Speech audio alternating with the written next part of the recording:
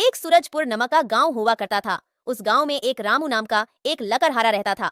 वो अपना जीवन लकड़ी काट कर बाजार ले जाकर बेचता था और अपना गुजारा चलाता था। उसकी यशोदा नाम की पत्नी और एक बेटा और एक बेटी था। बैशाख जेठ का महीना था। गर्मी अपनी चरण सीमा पर पहुंच गई थी। घर से बाहर निकलते तो ऐसा लगता था कि आग की बाट ही जल रही है। इस साल तो गर्मी बहुत ज्यादा है। इस गर्मी में तो काम करने का भी मन नहीं करता है। घर से बाहर निकलते ही भट्टी में आग तप रही है जैसा लगता है। हजी इस साल गर्मी बहुत ज्यादा है। हमसे अच्छी जिंदगी तो शहर वाले की है। इतनी गर्मी में भी घर में बैठे रहते हैं और ठंडी ठंडी एसी का हवा खाते हैं। एक हम गरीब, सारी दुख परेशानी हम गरीबों जिंदगी में आती है। ना जाने अगले जन्म में कौन सा पाप किया था कि भगवान ने हमें इतना गरीब बना दिया कि हम एक कूलर भी नहीं खरीद सकते हैं। जरा सुनिया तो हमें भी इस गर्मी में एक कूलर दिला दीजिए। बहुत गर्मी लगती है कूलर की ठंडी ठंडी हवा चलेगी तो हमारी घर भी ठंडा रहेगा। और आप भी इतनी धूप में कड़ी मेहनत करके आते हैं। जब ठंडी ठंडी हवा आपके शरीर में पड़ेगी तो आपके थकान भी दूर हो जाएगा। हाँ पापा, हमें भी कूलर दिला दो ना। हमें भी बहुत गर्मी लगती है। कल हम जमींदार के घर गए थे तो बहुत बड़ा बड़ा कूलर था और बहुत ठंडा हवा देता था। हमें भी कूलर दिला दो ना पापा। सावित्री, तुमको तो पता है हम कूलर नहीं खरीद सकते हैं। मेरे कमाई से तो घर चल रहा है, यही बहुत है। कूलर गांव के सेठ और जमींदार के घर में कूलर होता है। हमारे गरीब के झोपड़ी में कूलर कहाँ से आएगा। रामू निराश होता हुआ जंगल चला जाता है लकड़ी काटने के लिए।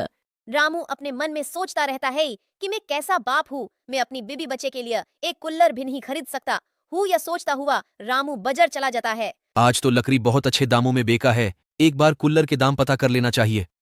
क्या पता इस पैसा से कूलर आ जाएगा कि। ओ भाई साहब, यह कूलर का दाम कितना है? मुझे एक कूलर खरीदना है। मेरे पास 4 प्रकार का कूलर है। एक है 4000 का, एक है 6000 का, एक है 9000 का और एक है 10,000 का। आपको कौन सा वाला चाहिए? भाई साहब, अभी मेरे पास पैसा नहीं है। मैं दाम पता करने आया था, मैं कुछ दिन में आके ले जाऊंगा। मेरे पास तो सिर्फ 500 रुपया मात्र है।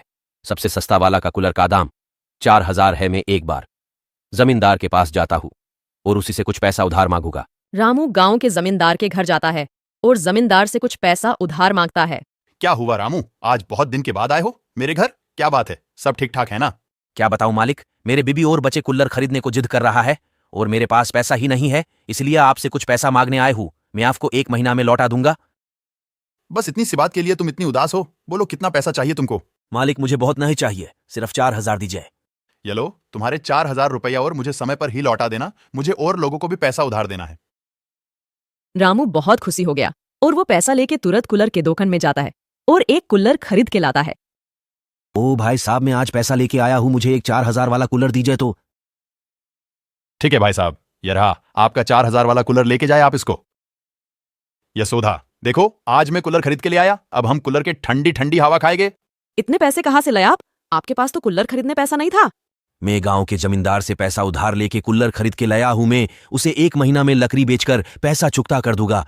उसके बाद रामू और उसकी पूरी परिवार कूलर के ठंडी ठंडी हवा में सोता है और रामू कड़ी मेहनत कर जमींदार के पूरे पैसा लौटा देता है और रामू और उसकी पूरी परिवार खुशी खुशी अपना जीवन बिताता है।